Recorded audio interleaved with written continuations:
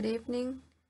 Today's class is Simple Past and Past Perfect, and this lesson plan was designed for junior high school. The length of the class is 45 minutes, and the proficiency level is A2.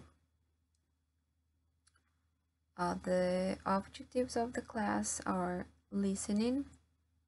Students will be able to identify past situations into different structures. Speaking, students will be able to express situation in the past, taking into consideration actions that happened first. For reading, students will be able to analyze actions that happened first and after in a timeline according to the reading. And for writing, students will be able to construct a paragraph narrating situations they did in the past using the two tenses together.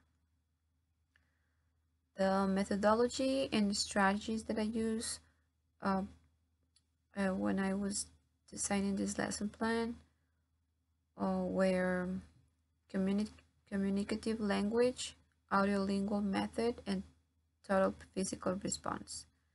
And the strategies that I used were whole class work, pair work, and acting out activities. This class topic, I had to make sure that students have a good understanding of the simple past and in order to introduce them for the past perfect, because they had to recognize that we are dealing with two events that took place in the past, but one before the other, not simultaneously. So it would be good to make a review of the simple past first.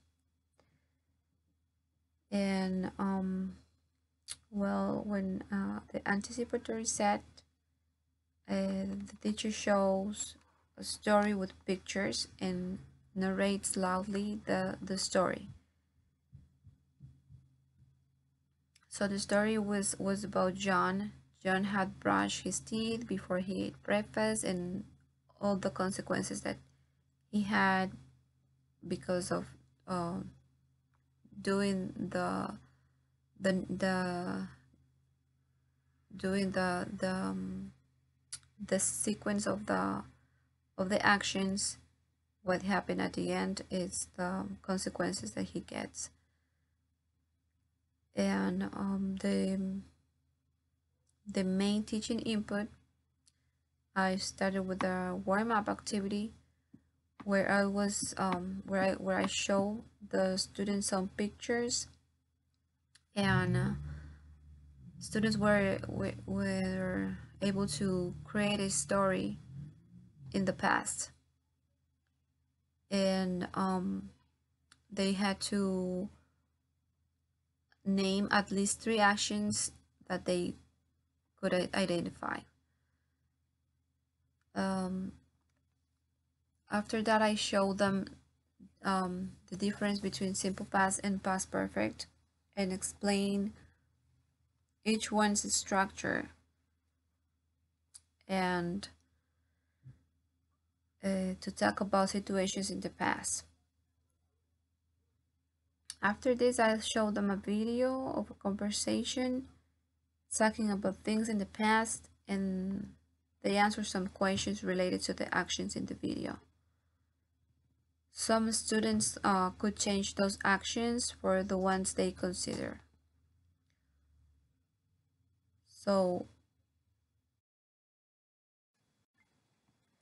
I was able to help the students to understand the difference between simple past and past perfect. After this, students will work in a worksheet where they will have to complete the missing information about the topic learned. I will walk around the class and monitor the if they need help with a worksheet. And okay, in the guided practice,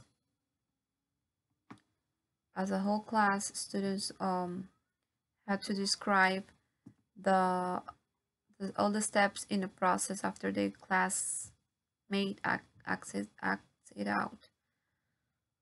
One student will pantomime an activity like brushing his teeth or writing and mailing a letter. Once the and students will have to um, say using the past what and describe each step in the process using the simple past.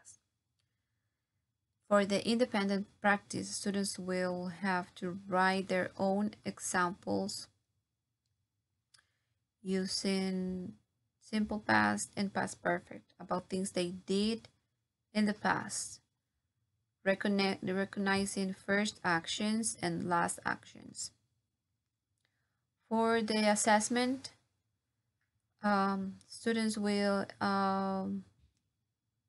students will have some actions and they must complete the sentences using the correct tenses, either in simple past or past perfect. For the closing, the the class will be concluded uh, reviewing the topic briefly. Like I'm going to the um, go over the grammar rules, uh, stating the differences between simple past and past perfect. And for homework, students will have to